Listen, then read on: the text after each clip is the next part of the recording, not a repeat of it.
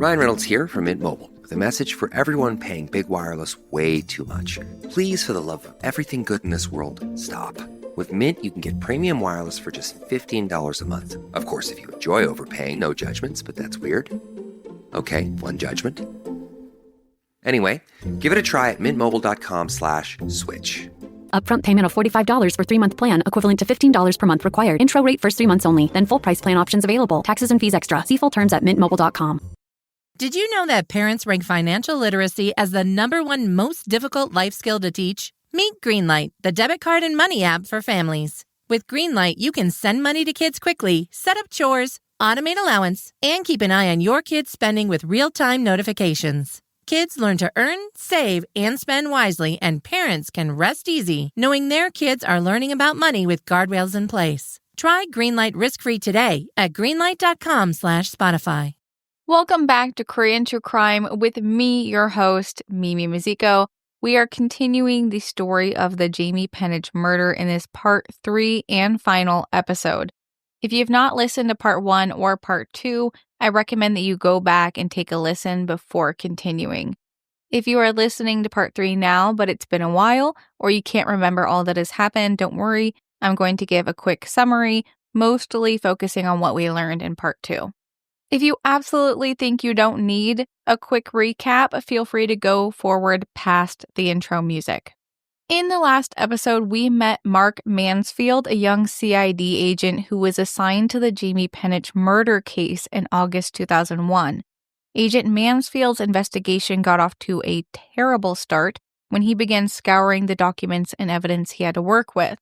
Grainy crime scene photos, a vague autopsy, and contradictory witness statements left him with not much to work with. Suspects in the case, Josh, Nick, and Vincent, had already been cleared, and Annalise, the deep-sleeping roommate's story, was supported by her college dorm mate who verified that she could sleep through a fire alarm.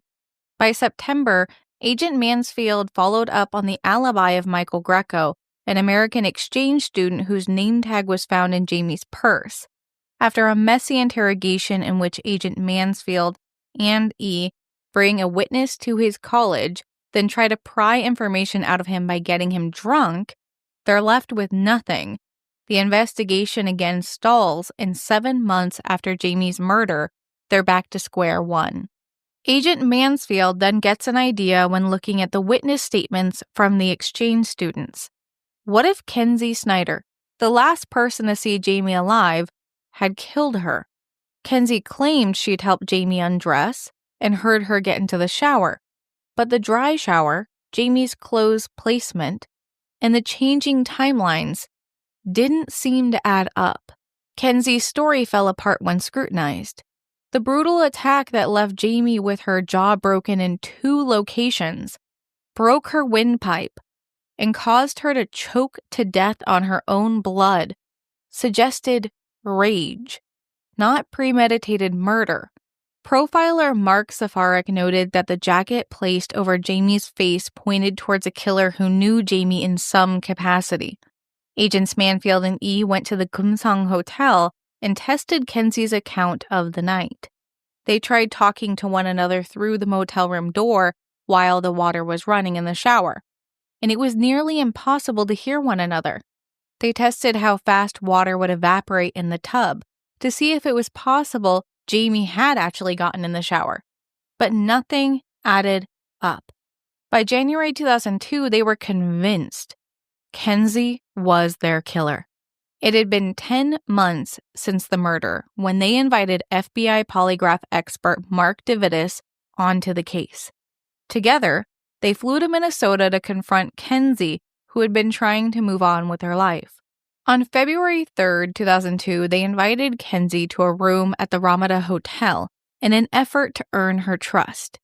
The first day, they sold her a false scenario in which the 4 of them were friends, and Kenzie was there to help them on the case. She desperately wanted to believe them and brought them gelato the following day with a handwritten account of the night Jamie was murdered. As they went through her recollection, they slowly started pointing out discrepancies in her story one by one. Blindsided by this, Kenzie asked to leave the room for a moment. And when she returned, she asked if they thought she was the killer. Agent Mansfield shrugged and told her, yes, they believed she was the murderer. Kenzie asked, do I need a lawyer? But they told her getting a lawyer meant they could no longer tell the judge she cooperated.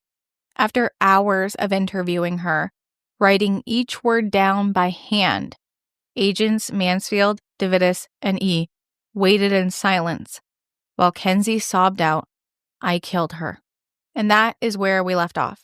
As always, thank you to my patrons. You make this show possible.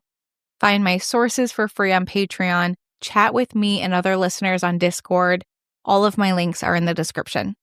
Warning, today's episode contains discussions of assault and sexual intercourse. Listener discretion is advised. Again, I'd like to acknowledge today's main source, the book Murder in Room 103 by Harriet Ryan.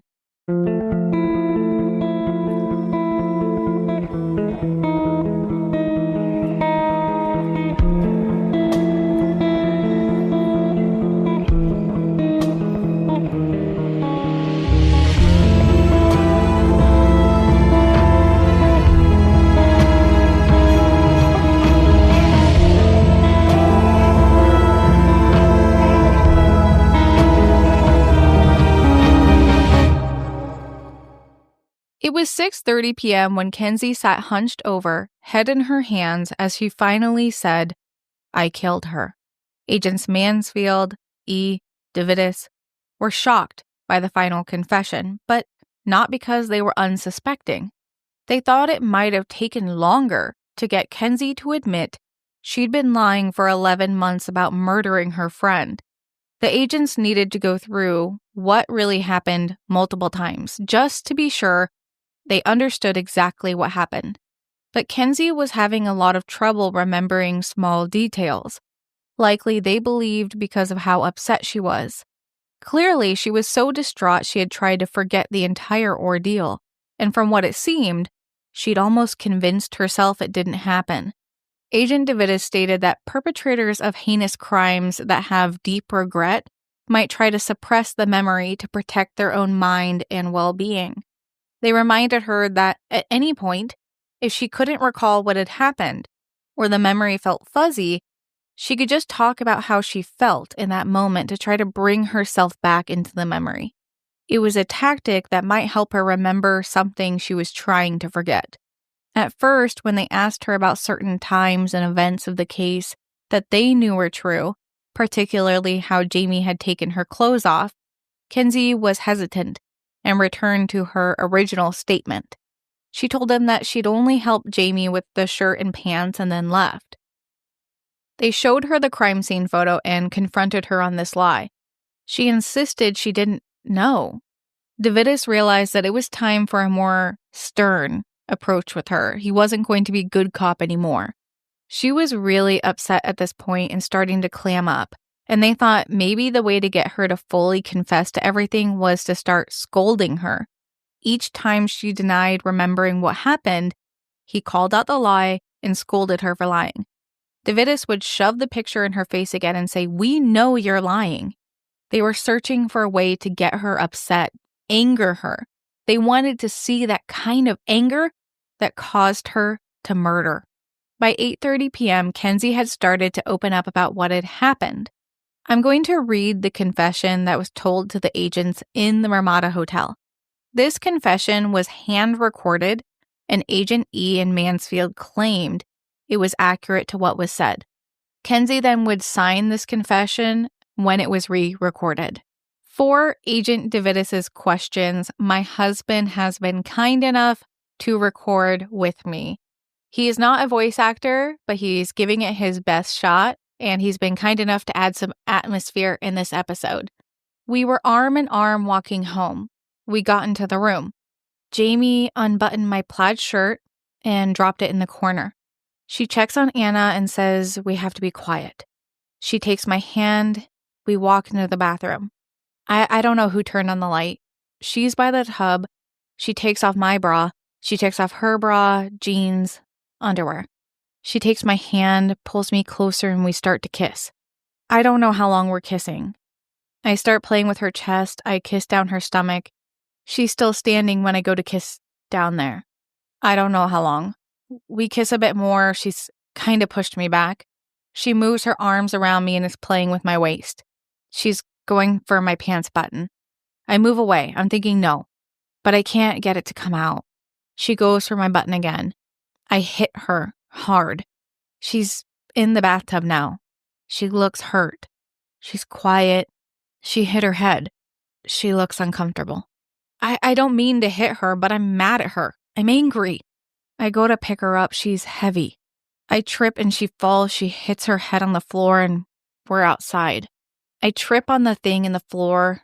I'm mad at her. She's still unconscious. I pick her up and move her again. She doesn't make me feel any better. I'm hurt and I'm angry. I don't want her looking at me anymore. She won't stop looking at me. I don't know why. I pick up my foot and it's heavy.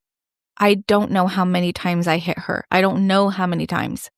And then I just stare at her. I don't know, but I pick up a jacket. I didn't know it was a jacket. And I cover her head and she's not looking at me anymore. I stare. I don't know, but I pick up my shirt and I go and I lock everything out. I didn't mean to. We off? 30 seconds of carefree bliss. Oof, like wind in your hair carefree. Oh, like using Clorox Disinfecting All-Purpose Cleaner in the home carefree. Yes! Like dog slobbing on the coffee table and cleaning it with Clorox Carefree. He's on a roll now. Spit toothpaste on the faucet. You got it. You got it. Peanut butter on the light switch. Oh, spritz, spritz. Spritz, spritz. Clorox, man. Clean feels good. Okay, we're back. Use as directed. This episode is brought to you by Shopify. Forget the frustration of picking commerce platforms when you switch your business to Shopify, the global commerce platform that supercharges your selling wherever you sell. With Shopify, you'll harness the same intuitive features, trusted apps, and powerful analytics used by the world's leading brands. Sign up today for your $1 per month trial period at shopify.com/tech, all lowercase. That's shopify.com/tech. Where are you standing while you're using your foot? I'm above her. I'm above Jamie. Anna's behind me. The item you discussed stepping on, where is it? I think it's what I used to cover her face. It's beside the right side of her face. When I'm standing and staring at her, I have to reach over her to the right side to pick it up. You described last night that Jamie used her hands to push on your foot. Is that true? My foot was heavy. Last night was hazy. This isn't hazy. When you dropped Jamie, where did she land exactly? At the bathroom door. I trip on a ledge. I see her in the corner. Her head's in the corner. It's tilted up in the corner. What corner? The corner of the ledge in the room. Her toes are in the bathroom door. She's crooked. My back is against the wall. Her head is to the left of me. Her arms on my shoes. Her tooth is found in that corner. Did she fall face down? I don't know. I don't know. Last night you described wiping your shoes. What did you do? I don't remember. I don't know. I stepped on the thing above her head. How are you feeling right now? I didn't mean to. Did you have a relationship with Jamie before that night? No, we were just friends. I didn't know she or I felt that way. Did you believe Jamie was dead when you left the room? I just stared. I knew she was pretty and couldn't look like that. When you left the room, did you know you killed Jamie? I don't know. I'm staring. I'm not angry anymore. She doesn't make me feel angry anymore. When did the bathroom light go off? I don't know. It's off. Maybe I bump it. I don't know. Do you remember paper under your feet? I don't hear noises now. It's dark. It's dark. I can't hear noises. Did you kill Jamie? Yes. I didn't mean to. I was angry. She kept looking at me. I don't know. I was angry. I didn't want her touching my button. So I killed her. Is there anything to add? I don't remember the rag or the tooth. Her confession stated that she and Jamie returned to the motel room where she performed oral sex on Jamie, and then when Jamie tried to reciprocate, she got scared by the intimate moment and reacted with anger. The agents continued to question why she got so upset by Jamie touching the button on her pants. They asked her, what was she feeling in that moment? She told them that she felt like she was 4 years old. She meant, at the age of 4, Kenzie had a traumatic incident in which some older boys began harassing her, trying to lift up her skirt and look at her genitals. That moment left her so upset and afraid, it led to intimacy hesitations that she carried with her entire life. And now that she was having an intoxicated, intimate moment, she was reliving that traumatic moment, which caused her to snap. She backhanded Jamie across the face, knocking her backwards into the tub. Jamie slumped down unconscious. In that moment, Kenzie could have gotten help.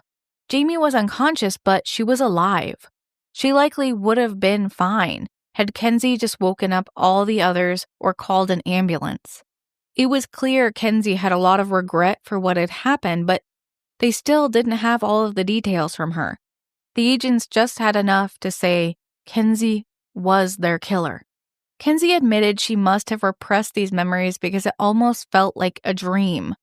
The memories were flooding back to her, and DiVittis told her that's normal. What happened was overwhelming for her, and she hid those memories in her own mind to save her sanity. She couldn't bear to feel like the villain. She couldn't bear being evil, like she'd done something wrong. It was particularly jarring for me because Kenzie had been playing this caring friend, reaching out to Jeff, Jamie's fiancé, and Jamie's parents, Brian and Patty. She had inserted herself into their lives. She did this, I don't know, to stay connected to the case, maybe ensure they didn't suspect her, or to convince herself she wasn't the killer. The agents did let Kenzie go for 2 reasons. They knew she would return to them next day, and because this case was out of their jurisdiction, so they didn't have any legal right to detain her. Before they met her the next day, they had to go over what they'd learned, and it was a lot. There were still a lot of questions, though. She hadn't mentioned the blood-soaked rag found near the body, nor how the saliva got on Jamie's chest. Kissing down her chest might explain some of the saliva, but not the pool of it the mortuary technician had noted. They asked Kenzie to bring in the clothes she wore that night the next day when she met them at the Ramada Hotel. They knew it was a long shot that these clothes would have any DNA on them since it had been 11 months since Jamie was murdered, but there was a faint hope that the fibers from her clothes might be found at the crime scene, which would verify her confession. Unfortunately, Kenzie was staying off campus for school. She wasn't at her mother's house with her brothers, and since she had moved so much, she could only give them the shirt and pants she wore that day. The boots that she had worn that night were long gone. When she moved, she didn't keep them with her. Maybe they had reminded her of what she'd done. Still, Kenzie came the next day, February 5th, 2002, with the clothes she had worn. That third day, the agents still don't have a voice recorder, a video camera, or something to easily record her confession.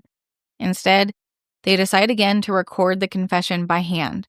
This time, they go through what they had written the previous day with her verifying that that was what she had said, trying to fill in any of the gaps that were missing. They asked her about the jacket. She told them it must have been Jamie's because it was on the ground when they got into the bathroom. She still couldn't remember the rag or how the tooth ended up across the bedroom. She didn't remember kicking it out of the room, so it must have been during the violent attack. After a few more hours with Kenzie, they accept her confession and believe they have everything they need to bring her case forward to the Korean authorities. Again, she's out of their jurisdiction, like I said, so they can't detain her legally. They don't think she's a flight risk at the moment, however, because she's cooperating. So the agents leave her there. They pack up, head back to Pittsburgh, and call the Korean authorities. They presented the confession they obtained and sent everything over. The entire situation would have been solved on March 18th, 2001, if the Korean authorities had taken boot prints from Kenzie Snyder. If they had taken the clothes the student had been wearing, then they'd have proof. But because they hadn't, now it's just a handwritten confession being sent to Korea, awaiting a warrant 11 months after the murder. In the meantime, Kenzie's life is spiraling. On February 11, 2002, 6 days later, she withdraws from Marshall University. But she stays at her job at Barbersville as if nothing happened. The agents told her it's best if she doesn't talk to anyone about the case and just acts as things are normal, because it could complicate things a lot if she started talking about it. It would bring a lot of unwanted attention to the case. So Kenzie's acting like her normal, warm, bubbly self, all while hiding this dark secret inside. But people knew. That light in her eye was gone. She doesn't tell even her mom or her brothers or her best friends what had happened. The friend who took her to the hotel was only told she was helping with the investigation. Everyone assumed the signs of despair on her face that she was desperately trying to hide were just from stress of the case being brought up again. Days pass without any news from the Korean authorities. They're mulling over the confession and doing their own work because they have to obtain a warrant as well. Kenzie isn't contacted by anyone in this time. She's in limbo. No clue if she's going to be arrested or not. She also hasn't contacted a lawyer, which, whether you are guilty or not, always contact a lawyer before speaking to law enforcement. After 2 weeks pass, an FBI agent came to Kenzie's house and presented her with an arrest warrant. Kenzie Norris Elizabeth Snyder was under arrest for the murder of Jamie Lynn Penich. They take her to a local jail to hold her while she's going to enter the extradition process to South Korea. She was given her one phone call, but rather than calling her mother and telling her what had happened, she calls her boss at the troubled teen school to let them know she wasn't coming in anymore. Her reasoning was that her family would find out eventually anyways. The FBI agents brought her to an interrogation room, and this time, she sat down with a recorder to obtain an official confession that will be used in her trial. Kenzie is disassociated, to say the least. She is talking casually about the entire ordeal, as if making small talk to someone she barely knows. She's going through the story of the night, how they get back to the motel. But then as she gets to room 103, Kenzie's voice starts to tremble. She starts fidgeting. The FBI agent noted in their report that it was as if she was trying to sort through a random array of memories and select which one to say. Like she was lost in multiple versions of history. Was she forming a story to omit something? Or was she actually trying to remember something she had repressed? Some of the other agents had the unfortunate task of contacting the Penich family. This was not going to be an easy call for them. They had to tell the family that their daughter's friend, who they had spoken to multiple times, was the one who had murdered their daughter. Brian and Patty Penich couldn't believe what they'd heard. They were stunned. Kenzie was so caring towards Jamie and had taken on a big sister role in their friendship. Jamie had mentioned her multiple times when calling home. They remembered a time Jamie had actually complained about Kenzie, that Kenzie was always trying to be the mother of the group and it made her uncomfortable. Those small details now just made a lot more sense. Kenzie had really forced her way into the case, inserted herself into their lives. She'd even visited Analush and Yoren, maybe to threaten them into silence or to figure out if they suspected her. Yoren would say that he didn't believe Kenzie did this. If she had, she was one of the best actors he'd ever seen because the look of terror on her face when they found her dead body that morning seemed so genuine. None of the friend group believed Kenzie could ever snap like that. She was so patient and kind. It just took everyone by surprise. Kenzie's mother was also contacted and she defended her daughter immediately, of course. No mom wants to believe that their child could do something like that, but this was particularly odd. She mirrored what the friends had said as well. Kenzie wasn't like that. She'd never had an anger to her. Kenzie's testimony was re-released by the prosecution, but this time it was much more detailed and involved a lot more narrative-style writing. For example, one of the sentences read, Penich motioned Snyder to be quiet, putting her index finger to her lips, and took Snyder to the bathroom by hand. Snyder backed away from Penich, bumping into the toilet, but Penich again approached Snyder and touched her pants button. Snyder stated she wanted to tell Penich to stop, but couldn't speak. This was definitely different from her first confession. This made it seem like Jamie was being sexually aggressive towards Kenzie. In both versions of the story, Kenzie did want Jamie to stop once Jamie started to undo her pants button. Honestly, it felt like a sensationalized version of what happened. Not just the original panic she had about childhood trauma, but they made it into something that made Jamie sound like a predator. And the Penich family was mortified to hear this confession, and they were adamant. Their daughter was not gay. It's 2002 America. Queerness is taboo in America, and even more taboo in Korea. The media pounces on the word lesbian like it's a slur, insulting and painting Kenzie as a villain for her potential queerness. Now, we cannot label these women as straight, bisexual, lesbian, queer, or anything in between. Because Kenzie didn't say anything on the topic, and Jamie cannot speak for herself. That's all I will say about their sexual identities because, frankly, Jamie doesn't deserve that speculation. Later in time, Kenzie's defense attorney would say, lesbian rage as an excuse to murder is laughable to women. And I agree. Lesbians and women attracted to women, including all other encompassing identities, have long been painted as full of rage, violent, or lacking happiness because of their queerness. It's been used to discredit protesters, supporters, advocates of worthy causes because of perceived anger. Regardless if Kenzie is a lesbian or not, it's not her reason for killing Jamie. The way Kenzie was portrayed in the media was inappropriate and irresponsible in my opinion. They spent a lot of time describing Kenzie as a large, hefty, or overweight woman.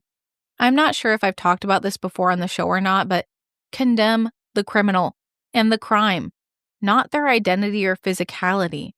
Belittling or dehumanizing a criminal should not mean dehumanizing a community they belong to.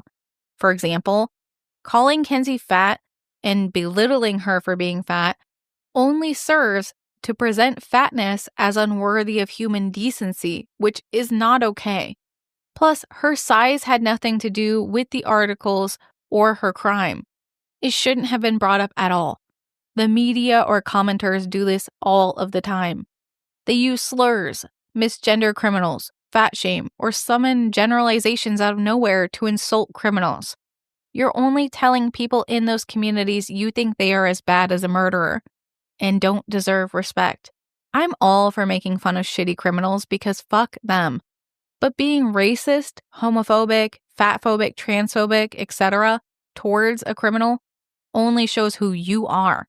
It's really always irked me, so I apologize for my tangent. This case has been driving me crazy. Every time I think I'm getting closer to the truth, something just doesn't add up. But sometimes you need to just take a step back from the chaos of true crime and focus on the good things in life. That's why I've been diving into a different kind of investigation lately, the science behind a daily supplement called Magic Mind. I have it here with me in this adorable 2-ounce bottle. As someone who loves uncovering the truth, I couldn't just take the claims at face value that this is going to give me a sharper mind, lower stress, and calm energy. I needed to do the research for myself to see what's really in the product and whether or not it actually works. I started by looking at the key ingredients in Magic Mind. First up is matcha, which contains L-theanine. L-theanine is an amino acid that's been featured in hundreds of studies that show it can reduce stress and anxiety. Next up is ashwagandha. an ancient herb that's been used for thousands of years that has been shown to improve sleep quality, reduce stress, and even enhance our cognitive function. Then there's lion's mane, a mushroom that's been studied for its potential brain-boosting effects. Research suggests that it may improve memory, focus, and even support nerve health. Some studies even hinted at its role in protecting against cognitive decline. And these aren't just random claims. I've checked the science. But I didn't just stop there. I decided to put it to my own trial. I took Magic Mind for a full week, and at the end, honestly, I was surprised. No jitters, no crashing, just a steady, calm energy throughout the day. I didn't even need an afternoon coffee. It's like I found something that supports my busy lifestyle, keeps me feeling my best, and doesn't compromise my health. Magic Mind is a daily performance shot. It's meant to be taken daily. It's not a quick fix. They offer a money-back guarantee so you can try it yourself risk-free. It's like they're telling you, go investigate it for yourself. So if you're curious, like me, and want to see if Magic Mind can help you stay calm and alert, go check it out. I'll put a link in my description where you can get 50% off to try it for yourself. There's also a QR code in the video, or you can use my code KTC50. Let me know if it works for you. I'd love to hear your findings. I've spent so many long nights researching this case, and this is the part of the case that really started to spiral and make me question everything that was happening. I had to solve the mystery. I get so invested in the cases that I research, and I hope you do too. Kenzie was in West Virginia at this time, and she did get a lawyer named Edward Weiss from Charleston. As soon as he got into contact with her, he told her, "Do not speak to anyone about the case but me." When she met up with the lawyer, she told him she was having some doubts about the confession she had given. He sat and listened to her as she went on to describe feeling like she had lived two different lives. She remembered kissing Jamie and stomping on her. She remembered also saying goodnight and going back to her room as Jamie got into the shower. They both felt so real and neither felt correct. How could you remember two different things with such certainty? She could see Vincent in the alley. She remembered thinking about his muscles and his crew cut. She could feel the cold shower faucet as she turned the water on and the freezing water that went over her fingertips. But she could also remember seeing what Jamie looked like on the bathroom floor. Attorney Weiss was skeptical about this confession, but she wasn't telling him because she was trying to say she didn't kill Jamie, but that she was having issues with her own memory. Kenzie seemed so genuinely confused by her own situation.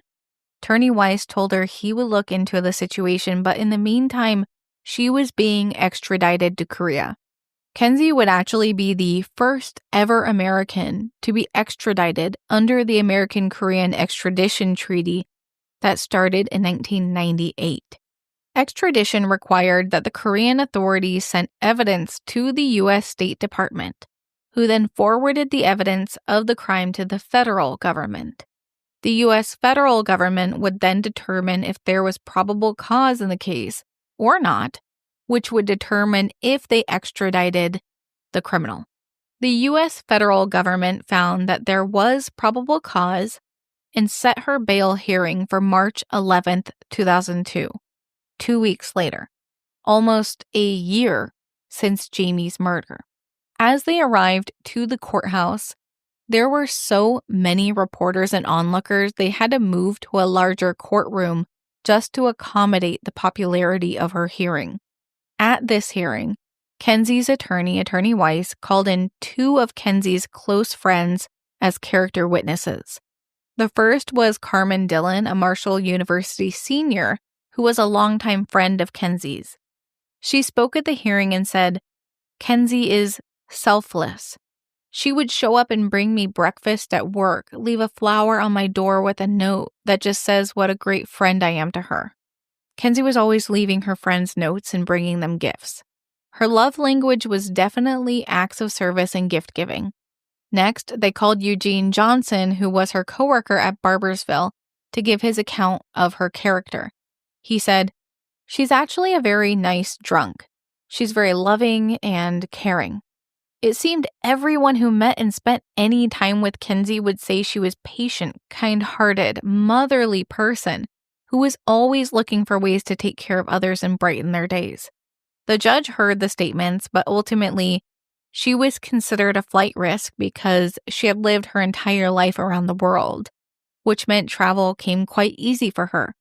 The judge decided on there being no bail. She was going to be held in jail until her extradition. Kenzie's mother had flown in from Thailand to attend the hearing and was there with her 2 brothers. Together, they followed her to the jail and were able to talk to her during visiting hours. As soon as her family saw her, they were laughing, joking around, as if the orange jumpsuit was a bad Halloween costume. This was all just a minor setback in her life, and her whole family was just as upbeat as she was.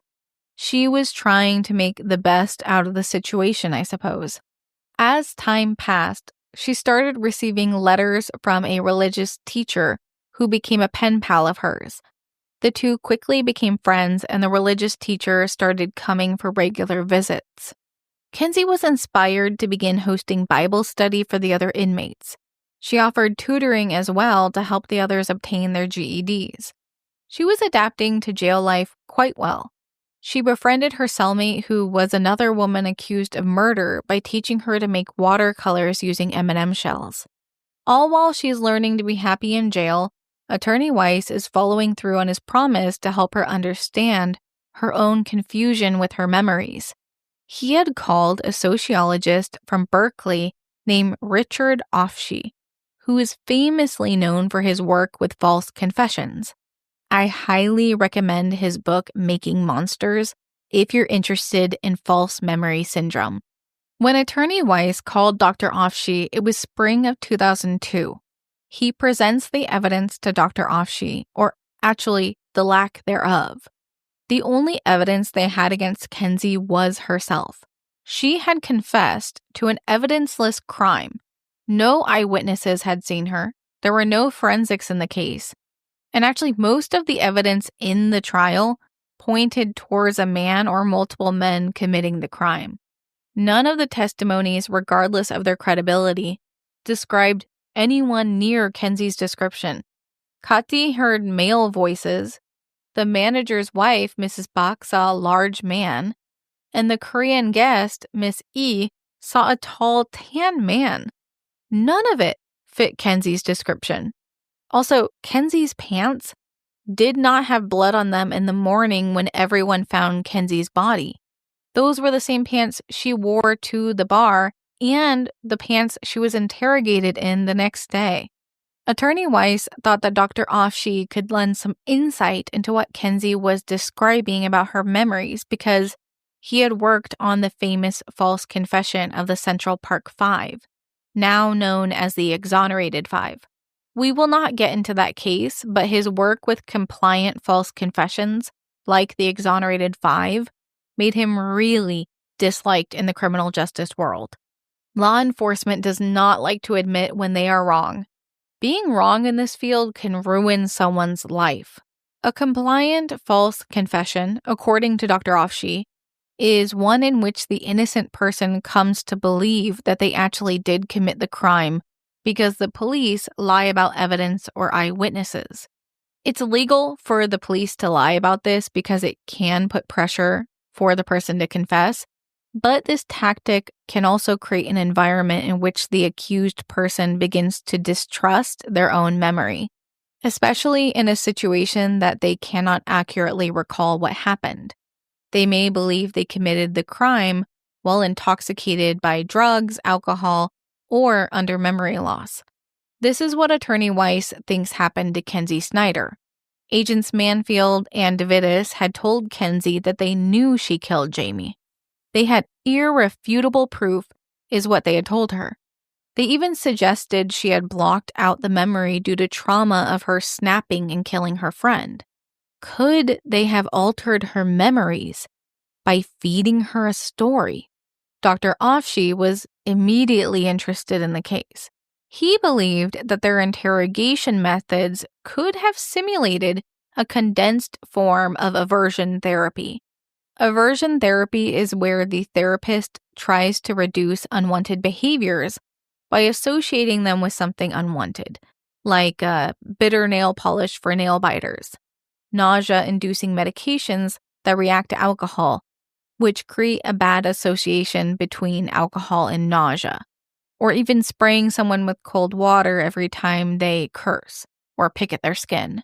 It might sound cruel, but it's been known to help people in a tough love kind of way. It's a way to trick your mind into reassociating an unwanted behavior with something bad. In Kenzie's situation, do you recall that every time she gave an answer DiVittis didn't like, she was scolded for lying? Then, she was praised for agreeing to the scenarios they had presented to her. This could have conditioned her to produce only answers that they wanted, regardless if she thought they were true or not. This was almost what happened to Michael Greco. He was almost willing to go along with what the agents were saying just to get them to stop accusing him of so much. He felt like he was trapped. He almost made a false confession too. They had even gone as far to try to coerce him into confessing by getting the 19-year-old Michael drunk. Agent E defended these tactics, saying that they need to be hard on all suspects. But that's not being hard. That's manipulation. Dr. Offshee, in August of 2002, was able to fly to Charleston to meet Kenzie. He wanted to see how easily influenced or manipulated she was. After meeting with her, he had a great sympathy for her because she fit into the persuaded false confession category perfectly. She believed the lie. He determined she was predisposed to being easily influenced by others. Kenzie had studied psychology. She'd also learned previously about memory repression, so it was something she believed in. She'd heard stories of people who had repressed their memories. And growing up, because she had difficulty sleeping in new places whenever her family moved around, she learned to self-hypnotize herself by listening to classical music and picturing scenes from the movie Fantasia. Dr. Offshee sent this report to Attorney Weiss, stating that in his professional opinion, her entire confession relied on repressed memory theory, which made it worthless as evidence. Repressed memory as a mental mechanism to protect the mind has long since been discredited and rejected by the scientific community. He literally wrote a book on it. It's not real, and it has a lot of origin and fear-mongering from the Satanic Panic. I recommend the episode on repressed memory by the Mormon Stories podcast. It's really informative about its history and use. The only thing Kenzie ever confessed to was something that the agents presented to her. They believed she was experimenting sexually, so they made her believe it too. Dr. Offshee wrote that the best way to gauge a confession's truthfulness is to see if the confessor had information only the killer would know. But unfortunately, by this time, Kenzie had been shown every crime scene photo. She was at the crime scene, and she knew she was the last person to see Jamie. She knew everything at this point. Her confession was impossible to evaluate the truthfulness even if you took away the repressed memories. Because of Dr. Offshee's report, Agent Mansfield had to defend the confession he had collected. Kenzie's statement was the only thing they had. All of the insider knowledge Kenzie had was something they had discussed in front of her when accusing her to elicit a confession. He presented 3 main points for upholding the confession's credibility. First, the linear bruise stretching across Jamie's back where she was dropped against the small ledge in the bathroom, not the tub, as she first confessed to. Kenzie had not seen this small bruise prior to her confession, but had mentioned she dropped Jamie's body. Second, the jacket was found across Jamie's face. Kenzie stated she stepped on the jacket, which did have a boot print on it. Lastly, there were 3 small bruises on Jamie's right cheek that would match her knuckles as she backhanded Jamie. The bruises were not visible because her face was hidden by the jacket. This is a side note the author Harriet Ryan made, was that Dr. Young, the pathologist who performed the autopsy, had actually made a note about those small bruises. He wrote that the bruises did not match a hand hitting the face. The bruises were 3 to 4 millimeters apart. that is way too close to be an adult hand. An adult hand has knuckles closer to 10 millimeters apart. It would have been a child's hand. When he studied the bruises, it appeared that the cause of the marks were from the rubber divider that separated the tiled entrance of the main room. Jamie had hit her cheek, face down, on the entrance floor. Agent Mansfield knew this and did not include it in the trial. It was never sent to the judge, the prosecution, or the defense. He omitted it because he got Kenzie to confess to backhanding Jamie, which made the marks look like they came from knuckles. But likely, she fell after being struck after opening the door to her room. The extradition went through in October 2002. Her mother, brothers, and friends came to attend. Kenzie's father, however, did not come to the hearing because they had a falling out 3 months prior to her going to Korea, because he came out as gay. This had not separated her parents, but she still blamed him for the parents' divorce. When he came out, he also left the military, and it was just too much for her to accept. He had actually only come out as gay to Kenzie, whom he had a really close relationship with, but she told him, "You have to come out to the entire family." She gave him an ultimatum.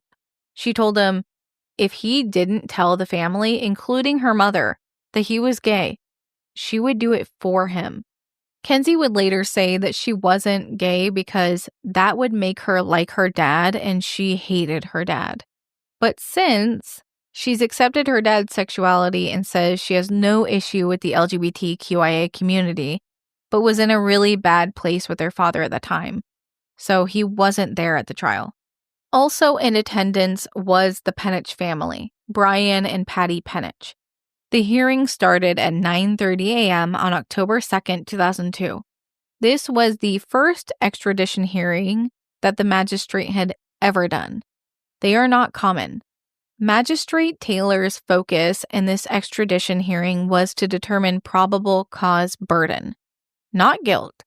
The prosecution argued that Dr. Afshi's report stating that the confession was coerced was just a red herring to distract from the fact that Kenzie had offered up her own confession willingly. They argued the facts of the case, the contradictions, and the lack of evidence. Attorney Weiss was able to question Agent DiVittis as well and asked if he agreed with the policy against taping interrogations, which their bureau had at this time. He said he did agree, because a layperson wouldn't understand his tactics. The prosecution then spent a while trying to make Dr. Afshi into this zealot hell-bent on proving the false memories were a problem in the criminal justice system. They also seemed really concerned and upset about his wealth because they questioned him about it for way too long of a time. Listening to court cases is so irritating because there's always some form of academic name-calling rather than them just being there to find the truth. Finally, Kenzie came forward to give her witness statement. Kenzie said that sitting in the witness box and seeing so much support for her made her realize she felt like Huck Finn and Tom Sawyer witnessing their own funeral. She knew then how much people cared about her. Kenzie was questioned, and she told the magistrate that she was coerced into giving a false testimony from Agent DiVittis, constantly telling her that she was wrong when she gave an answer he didn't like. He conditioned her into answering how he wanted her to. By the end of the hearing, the magistrate returned to his chambers and made a decision. He decided, Kenzie is a well-educated individual, and there's no evidence in the record before this court that she suffers from psychological or other problems which might have caused her to confess falsely. He determined that there was probable cause, so she was extradited. On December 20th, 2002, Kenzie Snyder was processed into Yeongdongpo Detention Center. She arrived alone, jet-lagged, confused, and still in shock. The guard spoke to her, but she couldn't understand a single word of Korean. She hadn't even finished a full month of Korean language classes before Jamie was murdered.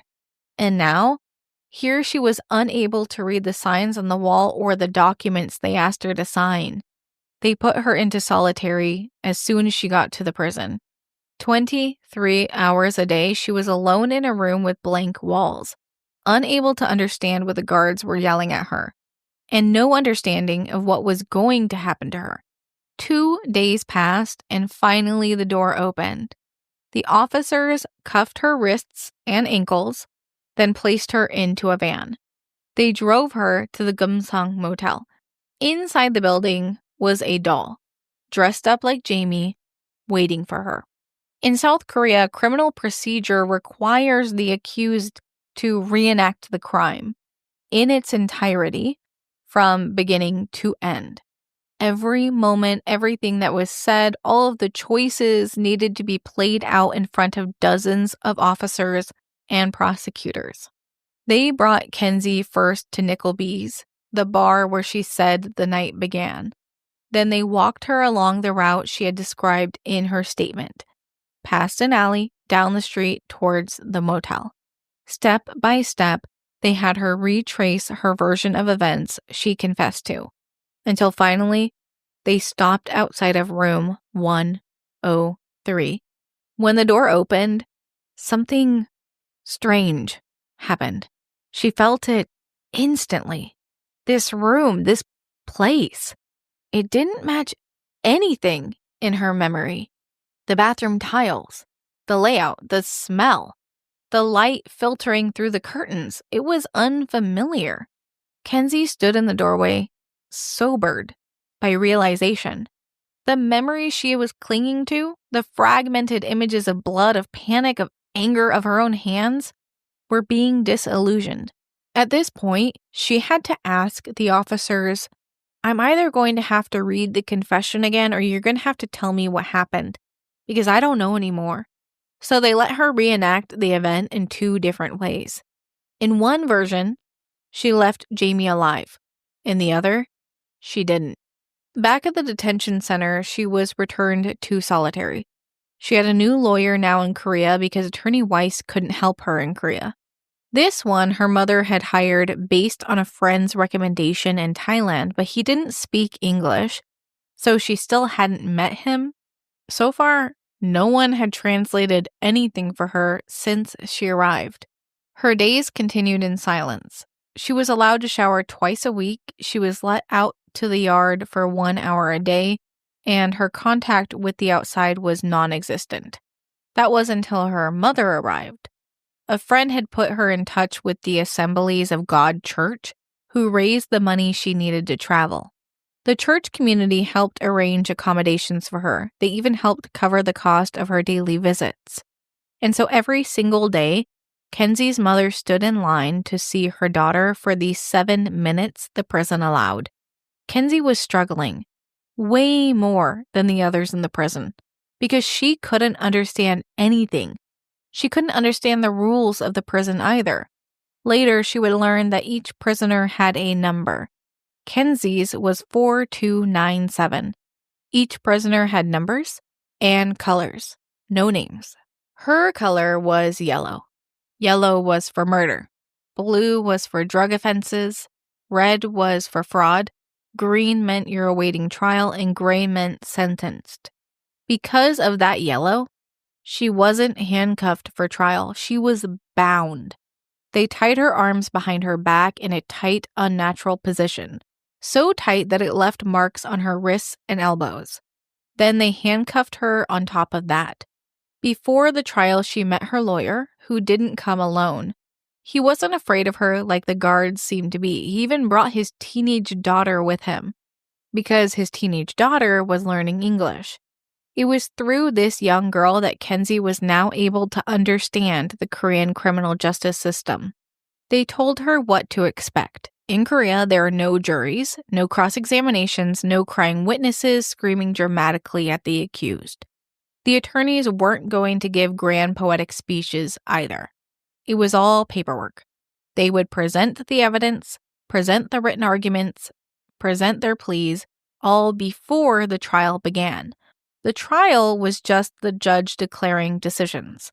If there was someone to speak like a witness, it would be done in a smaller, separate meeting. Her lawyer couldn't promise her a miracle, but he did bring her progress. He was already able to get the charge reduced from murder to assault with grievous bodily injury. This was huge. With that one adjustment, Kenzie's number changed to white. White was a violent crime, but not murder. White was able to be in the general population, not solitary. That also meant that there was no longer a potential life sentence on the line. The maximum was now 7 years, which is scary, but very, very different from life in prison. And most importantly, it was not the death penalty. So she was moved to a new cell with other women. The cells are more like small apartments. Usually foreigners are held with other non-Koreans. There's even some prisons specifically for foreigners in Korea. But Kenzie was put with Korean women. In these cells, there typically is a separate bathroom with windows that expose it, but it's still closed off with running water. There's also sometimes a TV, bookshelf, mats for sleeping, rugs, a kitchen sink, and a cooking area. I will link a video to a tour of a typical Korean prison in my sources because it's really interesting to see what they look like inside. So Kenzie is now in a cell with other women. They can't understand English, but they try to befriend her. As soon as she's able to accept visitors, her mother is visiting her, and so is the Assemblies of God pastor who gifted her a Korean and English Bible that has Korean on one side and English on the other. It finally gave her something to read, and she was able to connect with her cellmates because of this. She started attending religious meetings at the prison to make connections and read with her cellmates. While she's awaiting trial in prison, Jamie's family is furious. They do not believe any of it. Not her recanting her confession, not her false memories, nothing. As far as they're concerned, Jamie was murdered by Kenzie Snyder. They wanted her to pay for the crime with her life. The Penich family demanded the death penalty, which was now off of the table. And honestly, who can blame them? They are so hurt by losing Jamie. When you lose someone like that, your grief can calcify into anger. But South Korea is not America. Their system may look similar from afar with its lawyers, judges, courtrooms, but they are entirely different beasts. In the U.S., policing grew from the roots of slave patrols, armed men assigned with hunting down and punishing runaway slaves. It was about controlling another race of people and punishing them so you have power over them. In Korea, recent law enforcement also evolved from a dark era of colonization. During Japanese occupation, Korean officers were recruited to help suppress their own people. This wasn't even that long ago. So Korean police have a real reputation for forcing, torturing confessions out of people until the late 1990s, when reforms started to take hold, and even then it still continued. But because it was so commonplace, they put safeguards into the law. Confessions cannot be made to a police officer and then used in court. Confessions can be made to an officer, but the criminal has to restate them to a prosecutor, willingly, with full awareness that it will be used officially. And Kenzie was not going to restate her confession. By the time she stood in front of the prosecutor, she had already met with Attorney Weiss, her Korean attorney, and Dr. Afshi. She had woken up. So when Agent E prompted her to repeat what she told him in the Ramada Hotel, she refused. She decided instead to tell the truth as she now understood. The prosecutor was confused. This was supposed to be a cold-hearted killer. The calm, polite woman who retold the events of her saying goodnight to Jamie was not what they expected. In Korea, being guilty does not always mean getting a harsh punishment. Korea really values humility. A guilty person who begs for forgiveness has a much better chance of receiving a short sentence than a person who maintains composure and holds their ground. Agent E tried to convince Kenzie that the judge knew she was guilty already, so she might as well grovel and apologize to receive a short sentence. They said she might get 3.5 years if she showed remorse. It's true. Korea does value emotional reparations more than long prison terms. Sometimes cases are even settled with large monetary payouts after the criminal begs for forgiveness. This has also been widely criticized in Korea since some criminals are just good actors. Kenzie, however, knew she was innocent. She did not budge. She was not going to fall for his lies again. So on March 6, 2003, 2 years since Jamie's death, Kenzie went to trial in Korea. She stood in front of the judges and rejected her initial confession. She told her side of the story, the one where she left Jamie in the bathroom and went to bed, the story that she believed to be true. And without her confession, the prosecution had literally nothing. There's no DNA, no evidence, no video, no eyewitnesses. The prosecution had only one hope, that the Korean judge would allow the use of the American confession. May 1st, 2003, Agent E is called to the stand. He was describing the interrogation in West Virginia and what Kenzie had told them, but the judges stopped him. They asked him if he had permission from a Korean prosecutor, whom the police work under, to conduct the interview on Kenzie, since the Korean authorities were in control of the case. He admitted that they operated without permission and outside of their jurisdiction. They asked, was she even read her Korean rights? No, because in America she wasn't even formally interrogated. Then they called Agent Mansfield. He also insisted the confession was not coerced. It had been voluntary. But it didn't matter. Rules are rules and laws are laws. They did not follow Korean laws for obtaining a confession. So on June 5th, 2003, the prosecution's case is weak. They have nothing. But they tried to make one last plea to the court. They asked for her to be sentenced to 7 years in prison. The judges were faced with a very complicated and politically sensitive decision. Not only was the evidence against Kenzie incredibly weak, virtually non-existent, but her defense had also raised serious questions about police conduct. This is not a small issue in Korea. If you've listened to other episodes, you'll know that South Korea has a long and painful history of police brutality, especially during investigations. I highly recommend checking out my episode on the Hwasong serial killer if you want to get a deeper dive into how bad it can truly get. And to add fuel to the fire, at the exact time of Kenzie's trial, another scandal had broken out in Korea. A man had died during a police interrogation, and the public were outraged. The headlines were everywhere. The last thing Korea wanted was an international incident on their hands. A foreigner claiming to have been coerced into a false confession. That could spiral quickly into a diplomatic disaster. So the judges made a calculated decision. For the sake of preserving trust in the justice system, and honestly, probably just to save face, they ruled Kenzie's confession inadmissible. It also hadn't followed Korean laws, so it probably wasn't going to be admitted anyways. Without that confession, the case collapsed. There was nothing left to hold her on. The court found Kenzie not guilty. Agent E stepped out of the courtroom to call the Penich family with the verdict. Meanwhile, Kenzie turned, locked eyes with her mother. After everything they had been through, it was over, at least for now. Naturally, Jamie Penich's family was devastated, but the court's decision was final, for the time being. After spending a combined total of 15 months incarcerated between the US and South Korea, Kenzie was released.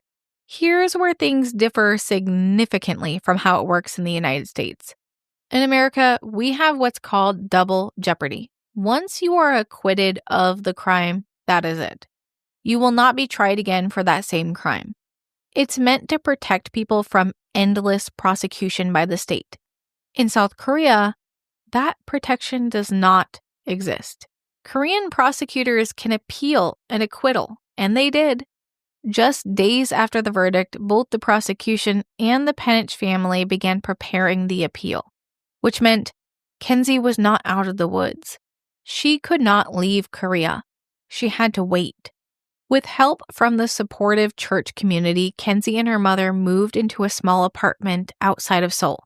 And in this strange limbo of waiting for her fate to be decided, again, Kenzie decided to explore the country she'd barely seen. After all, she didn't really get to experience Korea for very long. Her mother, always her rock, encouraged her to retrace her steps through Itaewon. So they visited the old motel. They walked past what used to be Nickelby's, which was then a Mexican restaurant.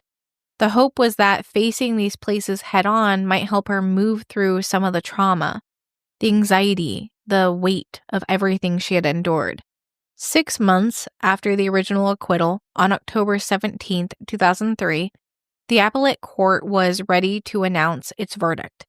Kenzie no longer had her original public defender. Instead, a Korean law firm run by an American had offered to represent her pro bono. In court, the lead appellate judge gave his ruling. The original confession remained inadmissible, but that wasn't all. He went on to say that there was credible evidence suggesting that someone else had murdered Jamie Penich. He listed the evidence piece by piece. The perpetrator was likely male. A male had been seen with blood on his pants near the scene. A male voice was heard in the room. And the bloody boot print found at the scene did not match Kenzie's shoe size. None of it was matching Kenzie. All of it pointed towards a man or two men who attacked her. Kenzie had won her second acquittal, but the prosecution still had one final move. They could appeal to the Supreme Court. Kenzie's mother unfortunately had to return to the U.S. because her son was getting married, but she was going to try to come back. In the meantime, they were confident Kenzie wasn't going to be found guilty, so her attorney stepped in with a request. He asked the court to allow Kenzie to go home to America on the condition that she would return back to Korea if the Supreme Court found her guilty. The court agreed, and Kenzie was finally allowed to go home with her mom. She made it just in time for her brother's wedding, and she was home for Christmas for the first time in nearly 2 years. She was free, with her family, in her own country. But the case was not over, not yet. Not long after Kenzie's release, the Penich family appeared in a special with ABC Primetime Live. During the interview, they were clear. In their hearts, they believed it was Kenzie who killed Jamie. But then something strange happened. After the episode aired, they received a phone call from a woman in Portugal. She had seen this special, and she had a cryptic message for them. All I can tell you, she said, is check the bear. Check the bear. That was it. No further explanation. The Penich family was confused, but then it clicked. They believed the woman was trying to direct their attention back to Nick Baer, the U.S. soldier who had been at the bar with Jamie and Kenzie that night. The man who fit the description of the man seen in the hallway. Here's what's important. Nick Baer's name had never been mentioned in the American media, not in the ABC special either, not in any newspaper articles, not even in online forums, not until after this book was published, after the conclusion of Kenzie's trials. So how this woman made the connection or why remains a mystery. They were never able to get into contact with her. The Penich family passed the information along to their case agent, but legally the case was closed. Years passed and the Korean Supreme Court remained silent. They hadn't issued a final decision on the appeal, and it's not hard to guess why. An acquittal might anger American authorities, but convicting someone without physical evidence, especially after the confession had been ruled inadmissible, would be a legal and human rights disaster. It was a no-win situation for them, so they just decided to let it sit. Meanwhile, Korean law around confessions continued to evolve. Following multiple scandals involving coerced or falsified confessions, the standards became even stricter. It was no longer enough for a suspect to repeat their confession to a prosecutor. If at any point, even during the trial, they recanted. The entire confession was considered compromised and was thrown out. For most people in Korea, the case faded from memory. But when it was remembered, it was often remembered in a very unfortunate way. People called it the lesbian murder case.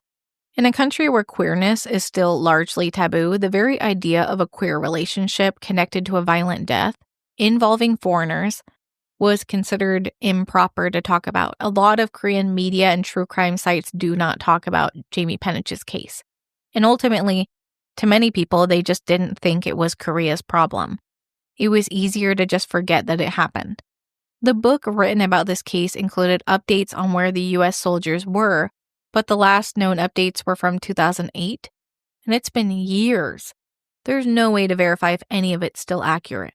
A small memorial for Jamie was held at her university, and a purple birch tree was planted in her honor. Jamie's fiance, Jeff Gretz, was the only person I could still find publicly. He's now a drummer for the metalcore band Zao. They're on Spotify if you're curious. They've got a pretty good following. For Kenzie, we will get into where she is now, but in the meantime, she lived in limbo. For 3 more years, she waited, and then after 6 years of uncertainty, the Korean Supreme Court issued its ruling. She was acquitted, finally, for good, no more appeals. So, did Kenzie do it? Well, that depends on what you believe. Do you believe Kenzie? I tried not to offer conclusions. I've done my best to stick to the facts, even when they're uncomfortable. But I'll be honest, of course I have my bias. I've told this story because I believe Kenzie is innocent.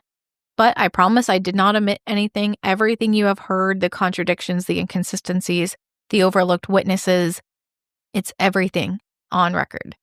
And the rest, that's up to you. Since her acquittal, in 2009, Kenzie Snyder sued FBI agent Sung-yi, alleging that her constitutional rights had been violated during her interrogation and subsequent extradition. She claimed that she had been maliciously prosecuted under the Fourth Amendment. After returning to the U.S., Kenzie sought legal redress.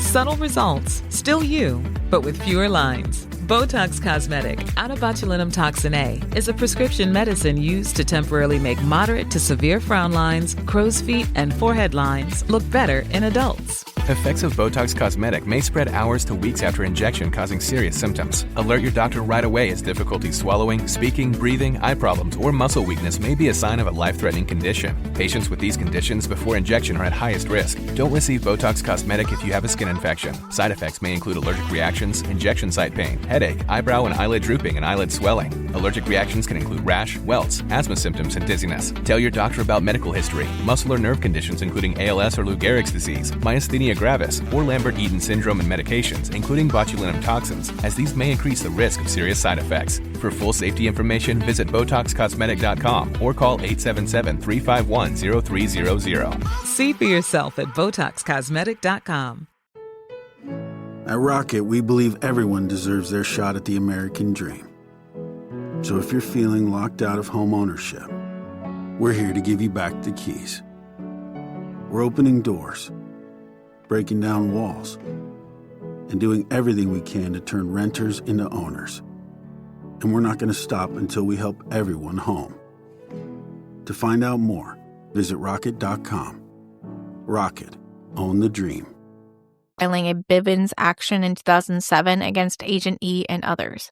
A Bivens action is a civil lawsuit against a federal employee alleging that they violated one of your constitutional rights. She argued that the confessions were coerced and her extradition was wrongful. While the district court dismissed most of her claims, it allowed her malicious prosecution case to proceed, ruling that Agent E wasn't automatically entitled to qualified immunity.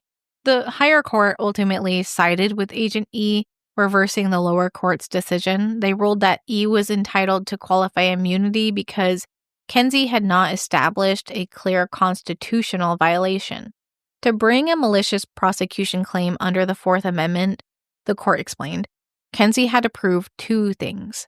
First, that her seizure was unreasonable, and second, that the criminal case related to her arrest had been resolved in her favor. While Snyder had been acquitted in South Korea, the court pointed out that her extradition hearing in the U.S. was not a victory for her. She lost that case. That hearing had ended with a finding of probable cause, which led to her being extradited. But the court's reasoning went beyond that. They emphasized that the U.S. constitutional protections do not extend to foreign legal systems. Her arrest in the U.S. was for extradition purposes, not for a U.S. trial. She didn't challenge the extradition process, so the case didn't meet the requirements for a malicious prosecution claim. However, they still concluded that Agent E deserved qualified immunity. When it's all said and done, the Fourth Circuit reversed the district court's ruling and sent the case back, ordering the malicious prosecution claim against Agent E to be dismissed. Despite Kenzie's acquittal, there's no clear violation of U.S. constitutional rights, at least not enough to hold Agent E accountable for it. 10 years later, in 2019, the world had mostly forgotten about the case. The case wasn't in U.S. jurisdiction, and the Korean authorities had long since declared it cold. But Kenzie's story was revisited. March 24th, 2019, a podcast episode aired featuring Jason Flom, host of Wrongful Conviction, as he interviewed Kenzie Snyder. I highly recommend you go and take a listen to this episode. Kenzie was joined by false confession expert Dr. Saul Kissin and his PhD student Patty Sanchez, who discussed the harrowing details of the case. Kenzie shared her initial encounters with Agents Mansfield and E. The first meeting they had felt far from an interrogation. Instead, they were acting as if they were there to check on her well-being. They were asking about her sleeping habits, whether she was eating, how she was coping. They hadn't mentioned that she was a suspect, probably because they were trying to keep her at ease. If she knew that she was a suspect, she might clam up or ask for a lawyer. Their approach was odd, but familiar. It was designed to keep her open to talking. So they met her in the hotel room, which already felt weird. Most interrogations happen in a formal setting, not places where people typically relax or an intimate place like a bedroom. The agents even told her that she reminded them of Mansfield's sister. It was really casual. The following day was just as laid back. They had Kenzie write out her memories of the events. It seemed like they were trying to build trust, like they really wanted her to help them solve the case. But Dr. Kissin and his expertise sees through this facade. He explained that the agents were building rapport just so they could exploit it. By gaining her trust, they made her more susceptible to manipulation. But once someone trusts another, it becomes far easier for them to sway that person's thoughts, to make them question their own reality. The agents had showed her a recording from room 103 that was taken by them. At first, they were just explaining the crime scene, pointing out photos they had. But it quickly escalated into them accusing her of discrepancies in her story. They called out the inaccuracies that made her feel disoriented. So much so that she had to leave the room. When she returned, she asked them, "Are you saying I'm the killer? Do I need a lawyer?" And they gave her the answer, "If you do, we can't tell the judge you cooperated." It's a trap. A damned if you do, damned if you don't. Agent DiVittis then entered, telling her, "We can do this the hard way or the easy way." Kenzie's still in shock. She knew she hadn't done anything wrong, and she's cooperating. But DiVittis' word made it clear that they weren't after the truth. They were after something else. They asked her what Jamie was wearing that night when she left, and she said her brown underwear. But they shot back, "That's not right." So they told her, "Try again." They repeatedly did this, making her doubt herself. For every answer she gave, they dismissed it, pushing their narrative on her. They kept asking her to remember things she couldn't, making her question her own recollection. Dr. Kissin explained that this is a form of psychological manipulation. Coercion, not through threats, but through sowing doubt in someone's own mind. They weren't forcing Kenzie to confess directly. Instead, they were convincing her that her memory was flawed, that the story they were telling her was the truth. and that Dr. Kissin argued is how false confessions are born. Memories are not infallible, and when someone is repeatedly told that their recollections are wrong, they can eventually start to believe the false narrative. This process is so subtle, so insidious. It's really hard to recognize until it's already too late. For example, Dr. Kissin cited the fallibility of memory in criminal cases. When people recall events, they're not actually remembering what happened. They are recalling their version of what happened, which is shaped by new information they've gained since it happened, and even subtle suggestions. Even something as simple as the color of an outfit or the brand of a drink can be misremembered if enough influence is applied. It's easy for our minds to change the details, especially when under pressure. For example, I did this with my husband. Think of a good memory you have with someone. Now try to change their hair and make it green. Try to make them angry. Try to imagine yourself sad. Your brain is capable of changing memories the same way it's capable of dreaming, visualizing, and creating false arguments with your boss that you have in your shower. I have misremembered details. Hell, there's even a whole alternate universe theory surrounding the Berenstain Bears books. I once insisted to my husband that Ewan McGregor is in Gattaca. Turns out it's Jude Law, and honestly, ever since then, they've been interchangeable in my brain and I can't stop. Do you think you could misremember minor details over and over until the memory of something is completely rewritten? We like to think that we're too smart for that, but Dr. Kissin states that no one is impervious to manipulation. By that third day, the agents had convinced Kenzie that she was responsible for things that didn't even happen. They had created an entirely new version of events in her mind, and that's the problem. The agents didn't have jurisdiction. They were out of line. Kenzie was a suspect in a case that belonged to the Korean authorities, and despite their efforts, they really had no right to be interrogating her. Their actions eventually caught up with them. They were reprimanded, and Kenzie was left in limbo for years. They told her not to speak to anyone about it, but Kenzie had no real support anyways. Her father wasn't talking to her, her mother was abroad, and she wasn't that close with her brothers. The isolation, combined with the growing self-doubt, made her feel the weight of the world was on her shoulders. She couldn't even talk to her friends about what was happening because she felt guilty. Telling them would be confessing to those crimes. According to Dr. Kissin, Kenzie had been caught in what's known as a bias storm. In a typical criminal case, biases can shape how evidence is interpreted. But Kenzie's case was different. There was no real evidence tying her to the crime. In fact, there was evidence that actually proved her innocence. There should be bias against her being the criminal.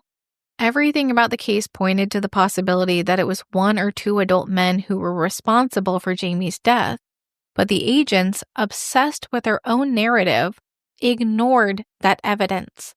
They were not looking for the truth.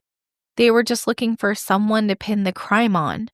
This begs the question, did Agent Mansfield ever truly believe Kenzie was guilty? Or was he just trying to solve a high-profile case, caring more about his career and reputation than the truth?